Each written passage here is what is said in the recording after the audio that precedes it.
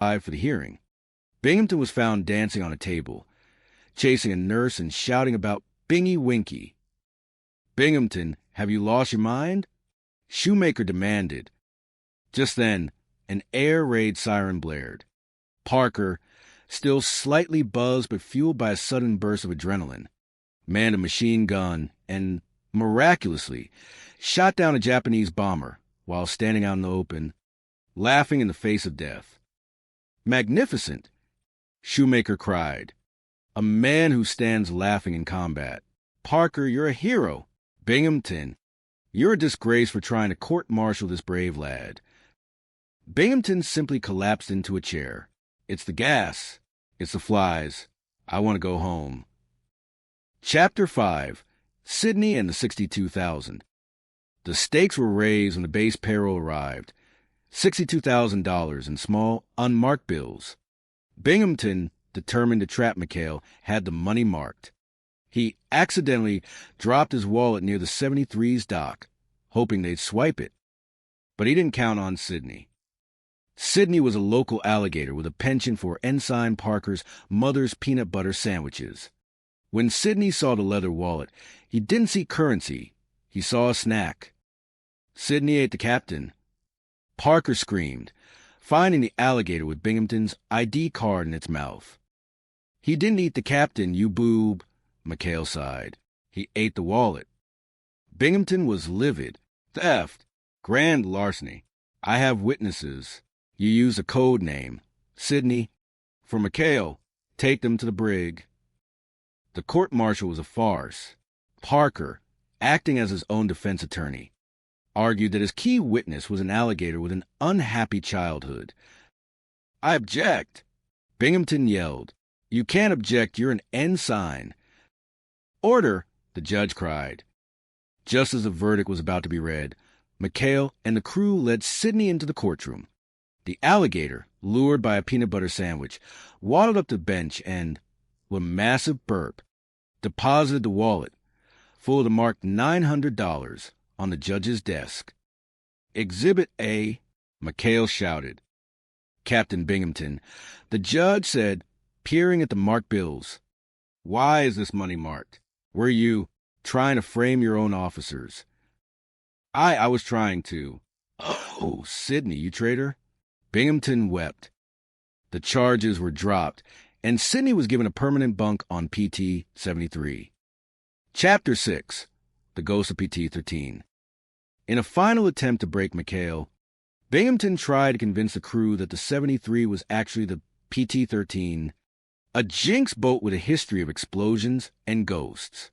He even faked reports from Washington.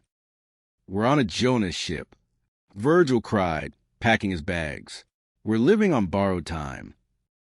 To make the jinx real, Binghamton and Carpenter rigged the boat with wires and speakers to create a ghost haunting. But McHale was no fool. He realized the captain was behind the haunting and decided to give him a taste of his own medicine. That night, the crew dressed in white sheets and covered themselves in phosphorus. They drifted toward Binghamton's shack on a raft, moaning through megaphones. "Way at Dolly," McHale moaned. "We've come back from the big PT boat in the sky. We need the transfers. Wally, they run a tight cloud up there." Binghamton, terrified and convinced he was being haunted by the ghosts of his own ambition, threw the crew's transfer papers out the window. "Take them. Just leave me alone. I'm a superior officer.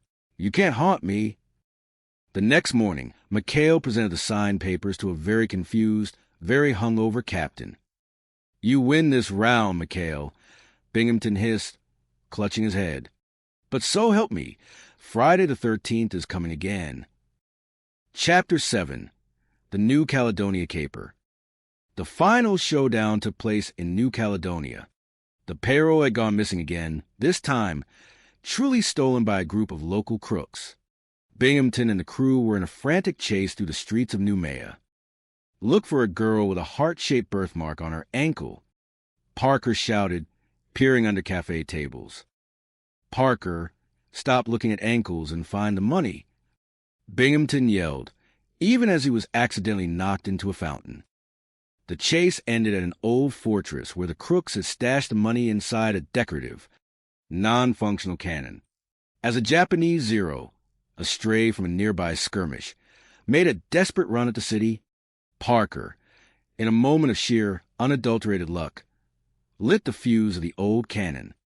Instead of a cannonball, the gun roared and showered the entire harbor in $62,000. It was manna from heaven, as Gruber called it. "My money!" Binghamton screamed, chasing a $20 bill through the air. 42,365, 42,366, 42,367. As the sun set over New Caledonia, the crew of PT-73 sat on their boat, sipping smuggled champagne. They had survived inspection, sultans, alligators, and the madness of Captain Binghamton.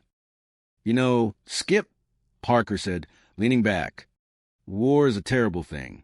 But as long as we have Sydney and the 73, I think we'll be okay." "Me too, Chuck." McHale smiled, looking out at the horizon. "Me too." Far off in the distance, the faint sound of Captain Binghamton, counting to 62, 000 echoed across the water. The end. Madness on Terratupa.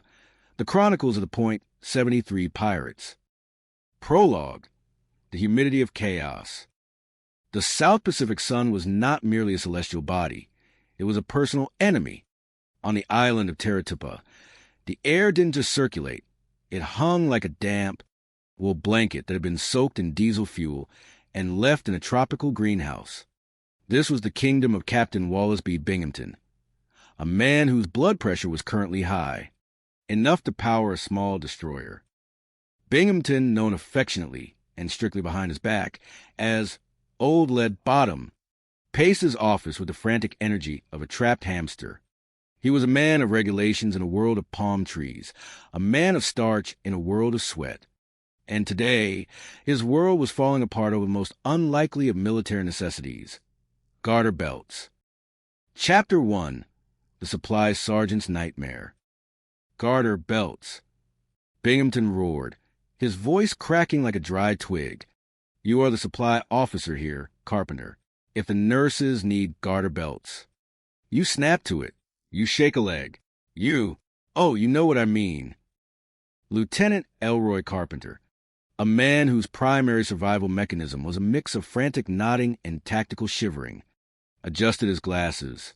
"But, sir, the requisition forms for intimate hosiery are currently caught in a bureaucratic bottleneck in Brisbane." "I don't care about Brisbane. I care about the morale of my medical staff." Binghamton collapsed into his chair, clutching a bottle of stomach acid pills as if it were a holy relic. "What a war. Everything is on my shoulders. Sinks are backing up at the Petty Officers Club.